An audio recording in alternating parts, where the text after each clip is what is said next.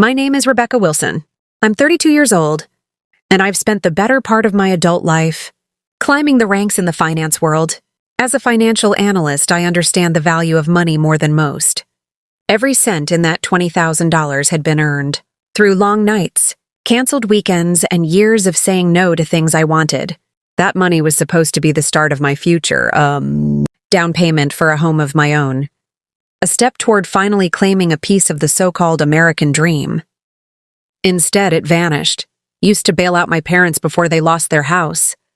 When my mother called me in tears about the foreclosure notice, something inside me cracked. Despite the emotional distance that's grown between us over the years, I couldn't let Thomas and Margaret Wilson, my own parents, lose their home. I didn't act blindly. I thought maybe this would be a turning point. Maybe this act of sacrifice would begin to repair something between us. I was wrong. What I never expected, what still stuns me, is that after they cashed the check and saved their home, they completely cut me off.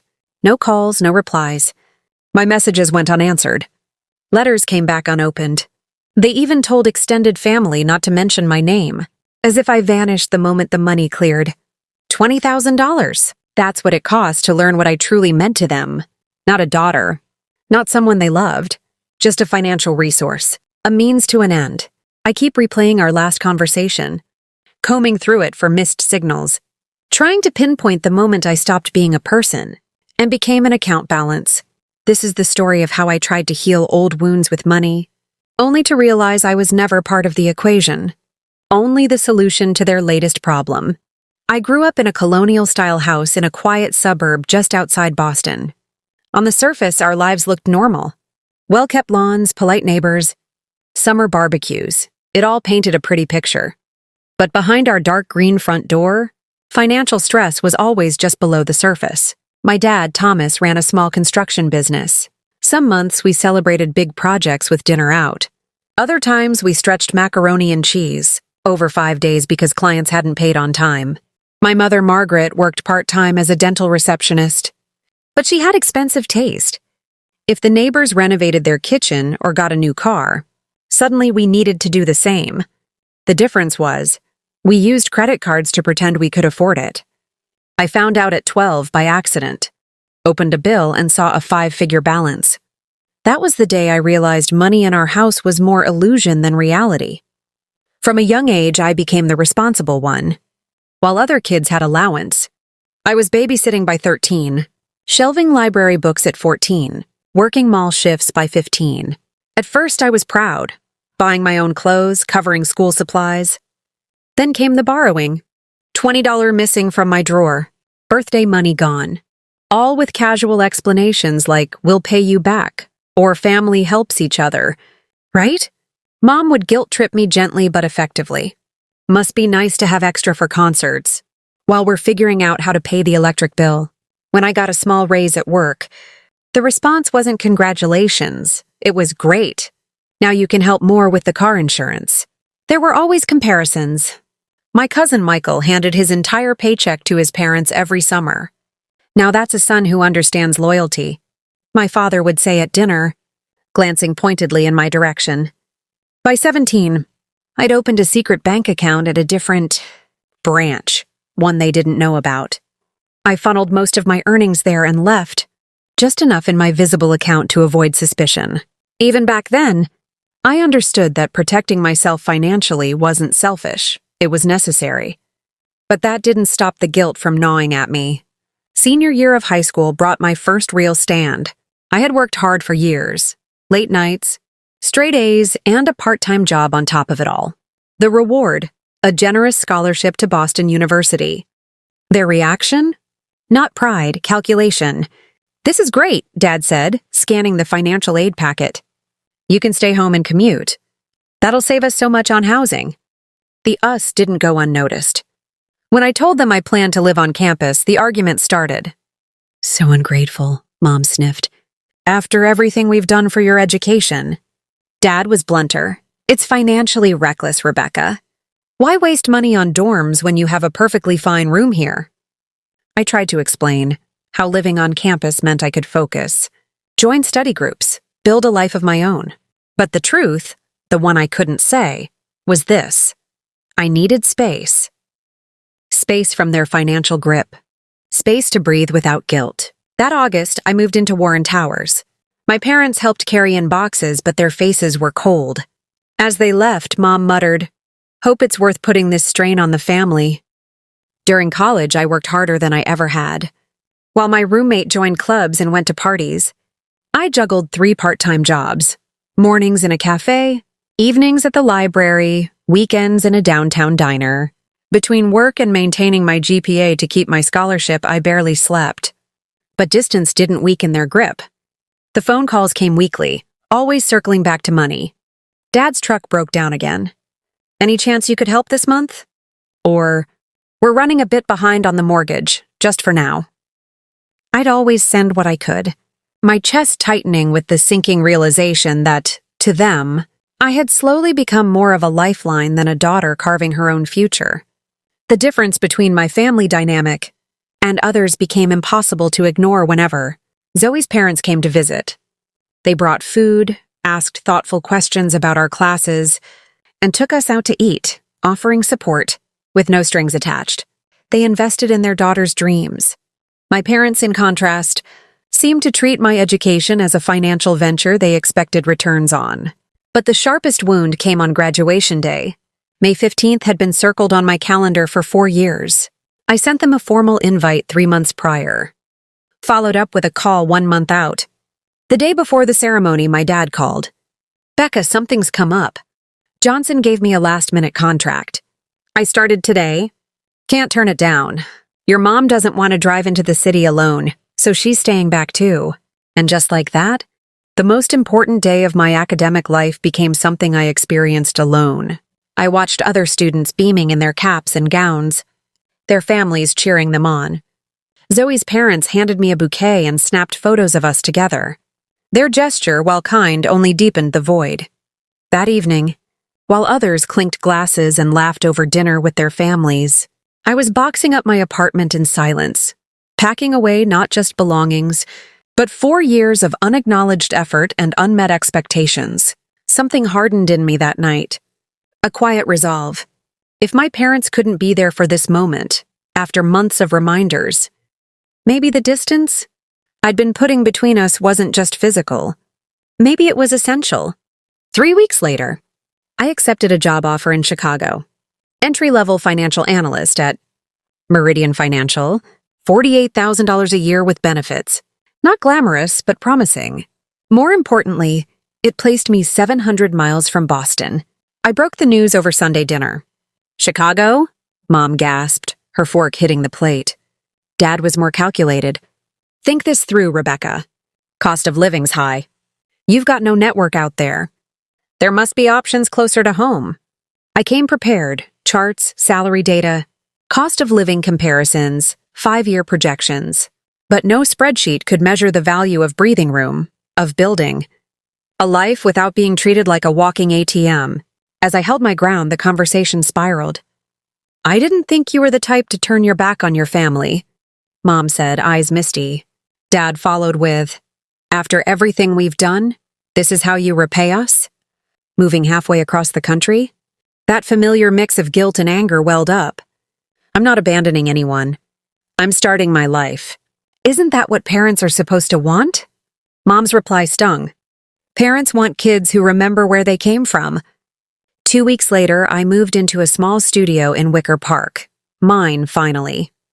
While my coworkers went to brunch and happy hour, I clocked 60-hour weeks proving I belonged. With space came clarity. I started seeing my upbringing differently. The way my financial gains were quietly expected to serve the family. How setting boundaries led to emotional pushback. How love felt conditional on obedience. Yet old habits clung tight. 3 months in, I set up a recurring transfer, $500 each month to their account. Not burdensome, but enough to dull the guilt. Their replies were always appreciative, followed by gentle nudges. "This helps with the light bill, sweetie. Though the property taxes are coming up." After 2 years, I got promoted. Senior analyst, $15K raise. I called to share the good news. "That's wonderful, honey," Mom said, then quickly added, "So, can you bump up the monthly support? Your father's work has been slow." Her automatic expectations snapped something in me.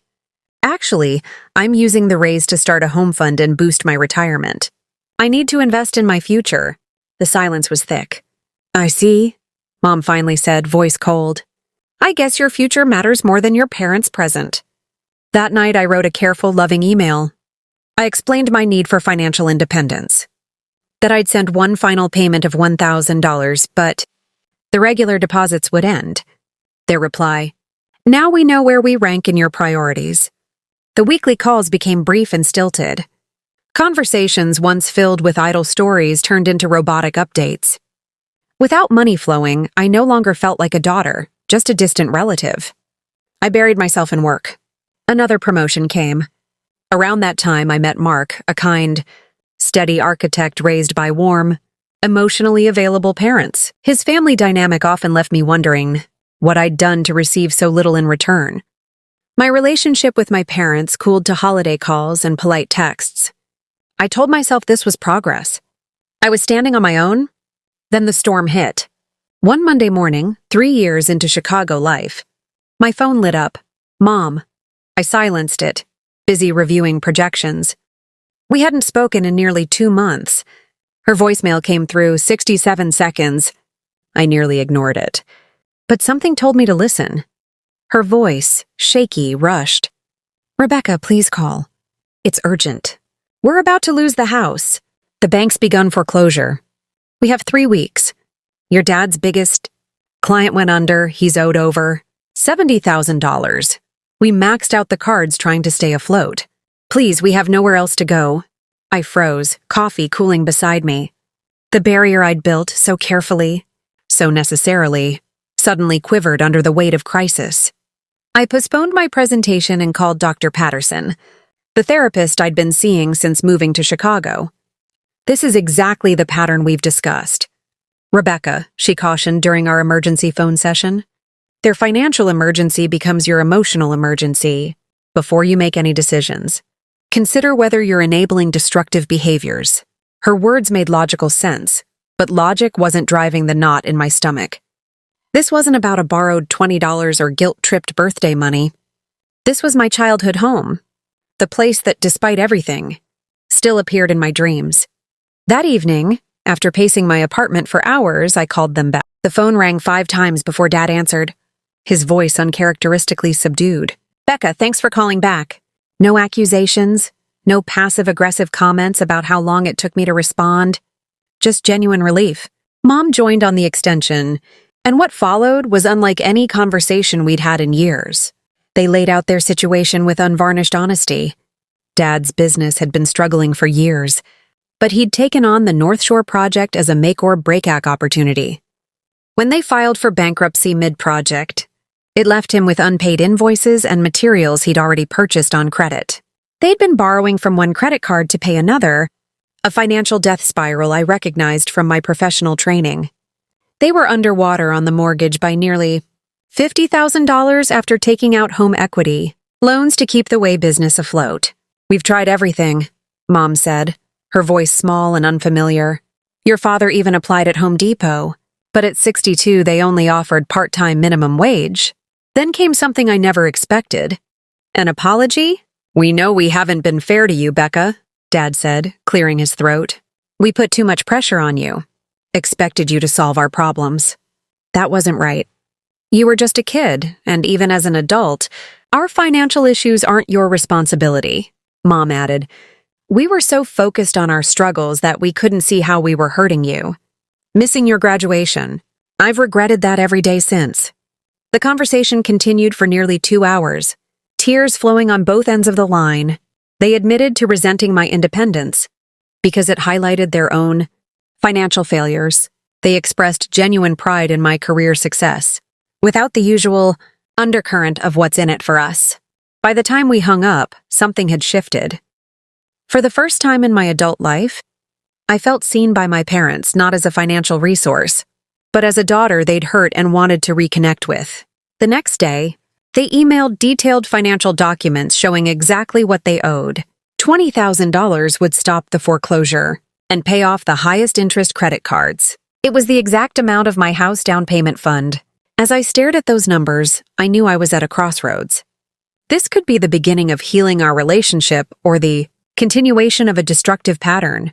Despite Dr. Patterson's warnings echoing in my mind, despite the hard-earned wisdom of years maintaining financial boundaries, I felt myself leaning toward helping them. Perhaps this time really would be different. The decision weighed on me like a physical presence. $20,000?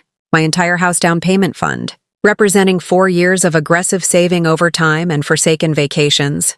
I scheduled an emergency therapy session with Dr. Patterson, who maintained her professional demeanor despite clear concern. Rebecca, I can't tell you what to do, but I want you to consider your patterns. What evidence do you have that this time will be different? I didn't have a good answer, just a feeling. A hope born from the vulnerability in their voices. That weekend, I invited my best friend Zoe and my boyfriend Mark to my apartment for advice. Zoe, who had witnessed the emotional aftermath of my parents' absence at graduation, was skeptical. They've shown you who they are for years. Beck. People don't change overnight because of one heartfelt conversation. Mark, whose relationship with his own parents was built on mutual respect, took a more measured approach. If you do this, you need clear boundaries. This can't be a blank check with no expectations. Their caution was warranted, but neither understood the complicated tangle of love, obligation, and hope that connected me to my parents. After 3 days of deliberation, I made my decision. Sunday evening, I called my parents with terms. I would provide the $20,000 under 3 conditions. First, complete financial transparency. I needed to see all accounts, debts, and income sources to ensure the money would solve the immediate crisis. Second, they would commit to financial counseling through a program I found that specialized in helping older adults rebuild credit and manage retirement planning. Third, and most importantly, weekly family therapy sessions, either in person when I visited or via video call. This isn't just about money, I explained carefully. If we're going to rebuild our relationship, we need professional help understanding how we got here. Their agreement was immediate and enthusiastic. Whatever it takes, Becca, Dad said, a new humility in his voice. We want to make things right between us, Mom added. We've missed you so much. We're ready to do the work. The next morning, I initiated the transfer. $20,000 from my house fund to their checking account. As I confirmed the transaction, a complex mixture of anxiety and hope swirled in my stomach. Had I just made a colossal mistake or taken the first step toward healing? The initial signs were encouraging. That very day, I received confirmation that the mortgage payment had gone through and the foreclosure was officially paused. My dad texted a photo from the credit counseling center, holding some brochures. Later, my mom called, listing a few family therapists covered by their insurance, asking which one I thought they should try. Throughout that week, they kept checking in, not to ask for more money, but to share small updates about their progress. Mom sent pictures of the garden she was replanting, saying she wanted the yard to look nice when I came to visit. Dad mentioned applying for a janitorial job with the local school district. It paid less than his contracting gigs, but it was consistent work with benefits. For the first time in years, our conversations felt real, more about reconnecting than financial obligations. I found myself sleeping better, the ever-present tension in my shoulders finally starting to ease. I started to believe that maybe things could be different, that people could change, that this wasn't just a repeat of old patterns but the beginning of something new. I told Dr. Patterson about everything, and while she was cautiously optimistic, she reminded me, real change takes time. Look for consistency, not just gestures. I booked a trip to Boston for the following month, my first visit home in nearly 2 years. I even picked out a few small gifts, a set of kitchen towels my mom had once admired online, and a pair of new gardening gloves to replace Dad's tattered ones. For the first time in a long while, I actually felt excited to see them. I imagined conversations filled with warmth, not guilt or financial strain. My hope was tentative, but with each sincere update from them, it grew. 3 weeks after I sent the money, they missed their first therapy appointment. Dad called to explain. Car trouble, the transmission was acting up. He assured me they had rescheduled for the following Tuesday. I believed him. Cars break down, and they were being proactive. But that next Tuesday came and went with no word. When I called that evening, Mom answered, her voice stuffy. "We've both come down with this nasty flu going around," she said. "The therapist didn't want us coming in sick. We'll go next week when we're feeling better." I felt a flicker of doubt, but pushed it aside. It was flu season after all. Their updates became less frequent, every few days, then once or twice a week. They still sounded friendly, but the conversations grew shorter, often ending with vague mentions of errands or people dropping by. I told myself it was just a natural tapering off from the initial surge of communication. Then Zoe texted me on a Thursday, "Isn't that your parents at Mohegan Sun?" Attached was a screenshot of a Facebook post from my cousin Michael group, photo at a restaurant in the casino. My parents were front and center, raising wine glasses and smiling. The post was from 2 days earlier, the same day they said they were too sick for therapy. I stared at the image. My mom wore a new blouse, her hair freshly styled and colored. Dad had on a leather jacket I'd never seen. They looked great. Definitely not sick. I called immediately. Mom answered on the 5th ring, her tone changing the moment she heard my voice. "Oh, Becca, we were just saying we needed to call you." I didn't waste time. I saw Michael's post. "You said you were sick, but you were out at a casino?" There was a long pause. Then her voice turned sharp. "Are you checking up on us now? Like we're children? Your Aunt Sandra begged us to come out for her birthday. It was just dinner." I felt something sink inside me. "You said therapy was important, that you wanted to do this." Dad took the phone. "Look, Becca, we're grateful for the help, but that doesn't give you the right to police our every move. We'll get to therapy when things settle down." When things settle down, the phrase hit me like a slap. I'd heard it all my life. "We'll come to your recital when things settle down. We'll go on that trip when things calm down." But things never settled. Not really. I ended the call feeling numb. That night I texted, suggesting I visit over the weekend to see how financial counseling was going, maybe even attend a session with them. Mom didn't reply until much later. "Not a good time, honey. The house is a mess from some repair work. Let's aim for next month, alone in my apartment." I heard Dr. Patterson's voice in my head. Look for consistent actions.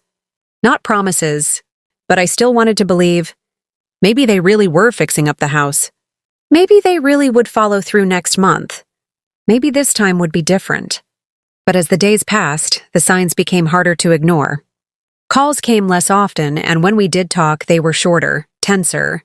Any mention of therapy or counseling was met with excuses. Every offer to visit was turned down. Eventually, I wrote a careful email, expressing my concerns and asking about the commitment we'd all agreed to. Dad replied with one line, "We're working on things in our own way. You don't need to keep checking up on us." 30 days after I sent $20,000 to save their home, I found myself right back where I'd started, outside their lives, valued only for what I could give, not for who I was. It was a harsh truth to swallow. I'd been right to hope, but wrong to believe that money could rewrite years of patterns. As May gave way to June, I began making peace with another hard lesson about the people who raised me. That morning, while presenting projections to upper management, I got a message from Aunt Helen. "Just wanted to say how lovely it is that you're helping your parents. After everything they've done for you." My aunt messaged me after book club. "Your mother shared how you gifted them $20,000 as a thank you for all the sacrifices they made raising you. Everyone was so touched. We're all proud of how you've honored your parents." I excused myself, walked to the restroom at work, locked the stall door, and read the message again. Then again, every sentence landed like a fresh bruise. Thank you, gift. Years of sacrifice. That wasn't what happened, not even close. They weren't grateful recipients of some heartfelt tribute. They were manipulative, financially careless, and we had made a very specific mutual agreement. The money was meant to help stabilize things. Therapy, financial counseling, a second chance at rebuilding trust, not shopping sprees and storytelling. But they had done more than break our agreement. They had rewritten the story completely. Now they were the noble, selfless parents. I had become the generous, dutiful daughter. They'd edited out the lies, the debt, the emotional pressure, and replaced it with a fiction. they could proudly recite in social circles. Something inside me hardened. Grief gave way to clarity. That Friday, without telling anyone, I booked a last-minute flight to Boston. After landing, I picked up a rental car and drove the familiar route to Lexington. It was the kind of summer afternoon that belonged on a postcard. Clear skies, blooming rhododendrons, birdsong drifting through open windows. When I turned onto Oak Street, I caught sight of the house and froze. It looked better than it had in a decade. The shutters had been freshly painted. The garden was newly landscaped, and in the driveway sat a polished silver Lexus that definitely hadn't been there last time.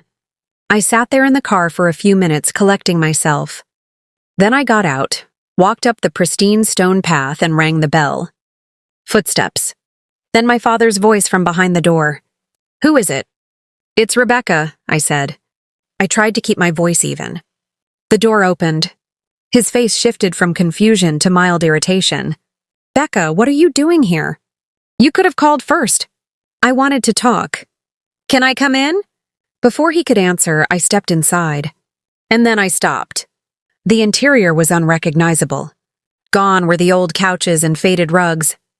The living room now held a leather sectional, a glass coffee table, and a massive flat-screen TV mounted on the wall, easily 60 inches or more. Through the open archway, the dining room sparkled under a crystal chandelier, with a matching set of chairs and a glossy table I'd never seen. Mom appeared from the kitchen, drying her hands with a towel. "Rebecca, what a surprise," she said, forcing a smile. We were just having lunch.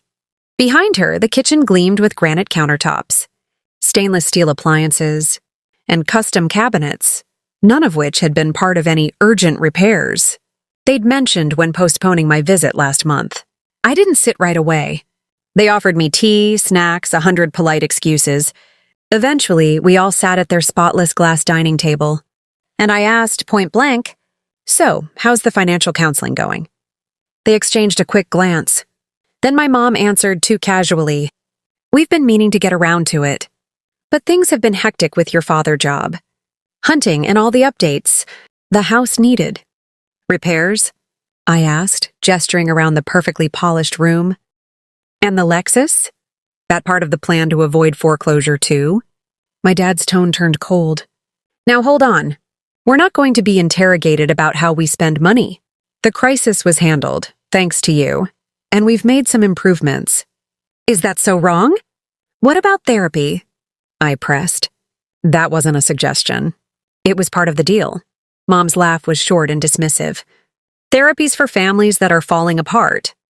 We just had some tension. We're fine now." "Everything's resolved?" I said, my voice trembling despite trying to stay calm. "Nothing is resolved. You gave me your word.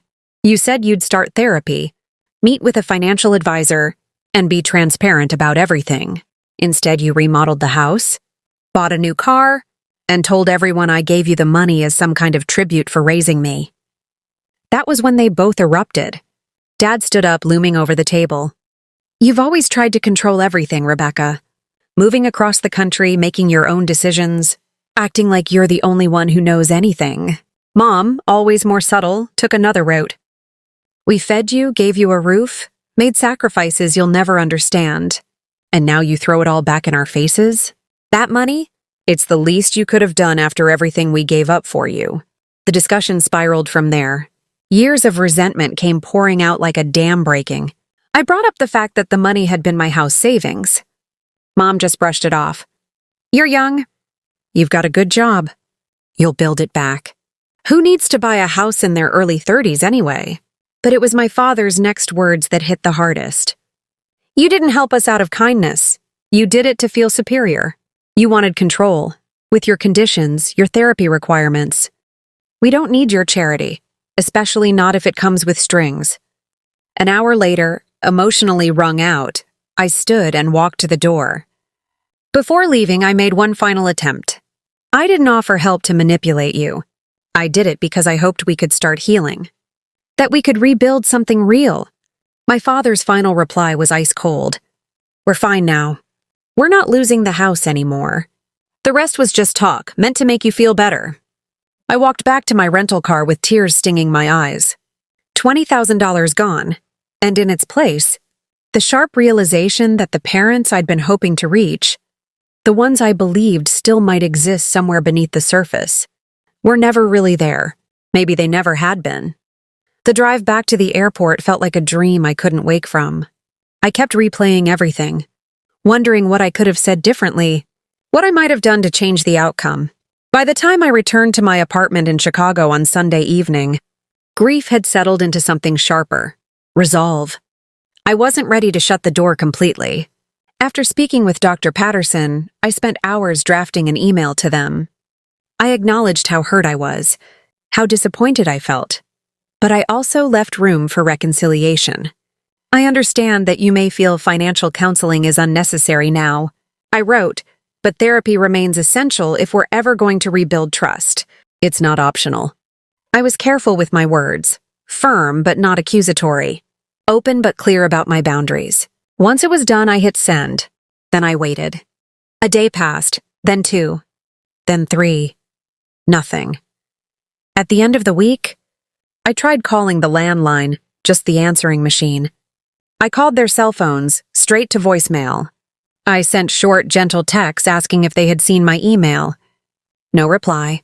The following Monday, I tried again, this time from my office phone. Maybe they were avoiding my number. Dad answered. My chest lifted for a moment, until he realized who was calling. Rebecca, your mother and I need some distance. Don't call for a while. The line cut before I could respond. That night, I discovered they'd blocked my number. Texts no longer went through.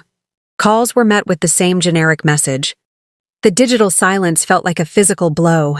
Like losing a limb, you still try to move out of habit. 2 weeks later, my 33rd birthday came. I'd mailed them a handwritten card, inviting them to visit. It came back unopened. Return to sender was scrawled across the front in my father's unmistakable handwriting. I reached out to my cousin Michael to ask if they had said anything. He sounded uneasy. They asked that we don't bring you up. I really don't want to be in the middle of this. One by one, I contacted other relatives. Each conversation chipped away a little more at my hope. Even my grandmother, who had always taken my side, sounded distant. They seem at peace lately, Rebecca. Can't you just say you're sorry? Pride isn't worth losing your family. And just like that, the story they'd told had taken root. It had become the story. I had become the ungrateful daughter who had turned her back on her devoted parents. Without access to their side of the story, I was powerless to challenge their narrative. As summer gave way to autumn, my attempts to reach out became less frequent but more urgent. I sent a handwritten letter via certified mail, requiring a signature upon delivery, only to see it refused. I emailed articles about family estrangement and healing, but received no reply. I sent cards for Christmas, birthdays, hoping some special occasion might break through the silence. Each one came back unopened. The final blow came 3 months after my tense visit. A business-style envelope arrived, my name and address typed neatly on the front. Inside was a single page, formal and cold like a legal notice. Dear Rebecca, after much reflection, we believe it is healthier for everyone if we cease all contact. While we are grateful for your financial support earlier this year, the attached conditions and judgments make it clear that our relationship cannot continue in a positive way. Please respect our decision and do not attempt further communication. Any future correspondence will be returned unopened. Thomas and Margaret Wilson, not a mom or dad, not even a handwritten signature, just their formal names, as if I were a business client being let go. Along with the letter were the unopened birthday and Christmas cards I had sent. They hadn't just cut me off, they had erased me. The $20,000 I'd given bought me a painful clarity. To them, I was only worth what I could provide financially, nothing more. What followed was a depression unlike anything I had known. I functioned at work on autopilot, my slipping performance prompting concern from my supervisor. I withdrew from friends, dodging questions about family or holidays. Nights were the hardest. Lying awake, I replayed memories of my childhood. Hunting for the moment I became disposable, wondering if I had ever truly been loved. I questioned every memory, every interaction, doubting my value both as a daughter and as a person. If those who created me could discard me so fully, what did that mean about who I was? My therapist, Dr. Patterson, increased our sessions to twice a week, gently guiding me through the grief of losing parents, who were alive, but had chosen to make me invisible. You're mourning both the relationship you had and the one you wished for but never received, she explained. Both losses are real and valid. The rational part of me knew this was their problem, not mine, that their behavior reflected their own broken patterns. Yet the hurt child inside kept asking, what if I had been different? What if I had given the money without conditions? What if I had never left? The endless cycle of self-doubt left me, stuck between anger and a desperate longing for a family I would never have. 6 months into therapy focused on my family estrangement, Dr. Patterson suggested I try a support group for children of emotionally unavailable parents. Isolation deepens the belief that you're uniquely flawed, she said. Hearing others' stories might help you understand your own. I was skeptical but willing to try. The following Tuesday evening, I found myself sitting in a hard folding chair in a community center room, surrounded by 12 strangers who understood my pain without needing explanations. There was Lisa, whose mother had cut ties because she married outside their faith, and James, whose father only communicated through criticism. Sophia, whose parents used financial support as a control mechanism, much like mine. As each person shared their story, I felt the tight band around my chest loosening slightly. I wasn't alone. I wasn't broken. I wasn't unlovable.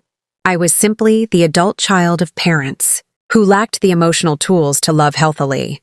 We met weekly, these strangers who became my anchors. Unlike well-meaning friends who suggested reconciliation, they're still your parents. Or life's too short for grudges. The group understood the complex grief of having parents, who were alive but functionally dead to you. They celebrated small victories.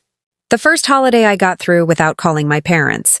The day I packed away childhood photos that caused me pain. The morning I woke up and didn't immediately think about them. 9 months after my parents' final letter, my Aunt Helen called with news. My parents were asking for money again, this time claiming serious medical issues. Dad had been diagnosed with early-stage prostate cancer, treatable, but requiring surgery their insurance wouldn't fully cover.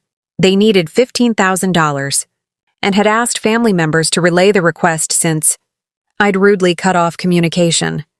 The familiar guilt and obligations surged immediately. Cancer. My father had cancer. Shouldn't that transcend our conflict? Dr. Patterson helped me recognize the manipulation at work. They were using intermediaries to bypass the boundaries I had set. If my father truly had cancer, that was unfortunate, but it didn't excuse the way they had treated me. After much thought, I sent my aunt an envelope filled with information about hospital financial aid programs, local cancer support groups, and Medicare supplemental plans, but no money. I asked her to pass along these resources. To my parents, I wrote that I wished them well in their medical journey, but was unable to offer financial assistance. This was the first time I upheld a boundary without being overwhelmed by guilt. From that point, my healing took shape in unexpected ways. I began volunteering as a financial literacy coach at a women's shelter, applying my skills to help others avoid the financial traps I had seen and endured. I also started dating again after ending things with Mark, whose well-intentioned but simplistic ideas about family had become yet another source of pressure.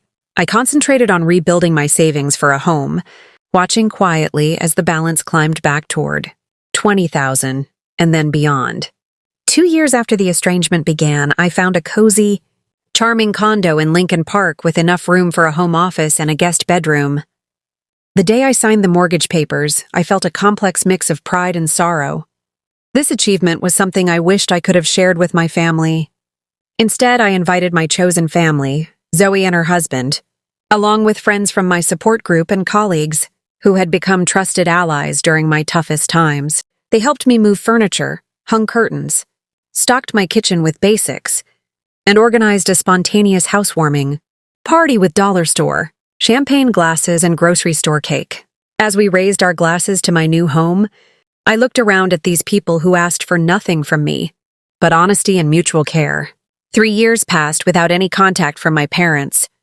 Occasionally, I heard updates through extended family. Dad's cancer treatment had gone well. They had taken a cruise to Alaska. Mom had a minor surgery for carpal tunnel syndrome. Each piece of news felt less charged than the last.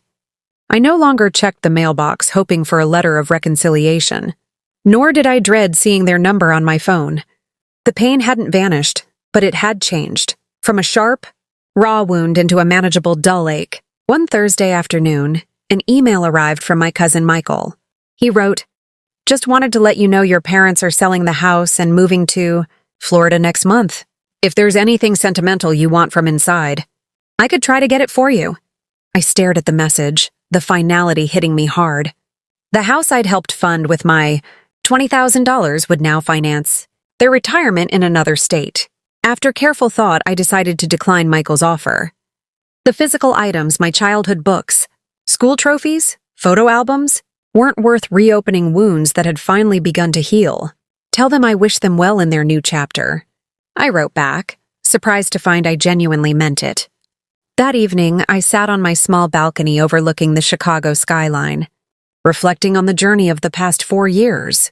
The $20,000 hadn't bought me the parents I wanted or the relationship I'd hoped for. Instead, it had purchased an expensive but invaluable lesson. That true family isn't defined by biology, but by consistent support, mutual respect, and unconditional love. I'd lost the family I was born into, but had built something perhaps more precious. A chosen family of friends who loved me for exactly who I was, not what I could provide. The relationship with my parents had indeed sunk. But I had learned to swim, then build my own boat. Today, my financial practices are meticulously healthy, emergency fund fully stocked, retirement accounts growing, investments diversified. But my true wealth lies in the boundaries I've established, the self-worth I've reclaimed, and the genuine connections I've cultivated. I still sometimes dream about reconciliation, about my parents suddenly developing the emotional capacity they've always lacked. I've accepted that this fantasy says more about my healing heart than their potential for change. The deepest insight I've gained is this: sometimes, the healthiest choice is to let go of those who view us merely as a means to an end, rather than as complete individuals deserving of love. By releasing toxic relationships, even when they involve family, we make room for authentic connections to grow. The path through that pain has revealed a strength I never realized I had, along with a kind of wisdom that could only come from such experiences. Have you ever had to walk away from someone who valued only what you could provide, not who you truly are? It's one of life's hardest lessons, yet also one of the most freeing. If my story speaks to you, I invite you to share your own experiences below. Sometimes, simply knowing we're not alone is the crucial first step toward healing. Thank you for hearing my journey, from financial analyst to emotional insight, from broken bonds to the richest form of self-awareness. I hope it offers comfort or clarity to anyone on a similar road.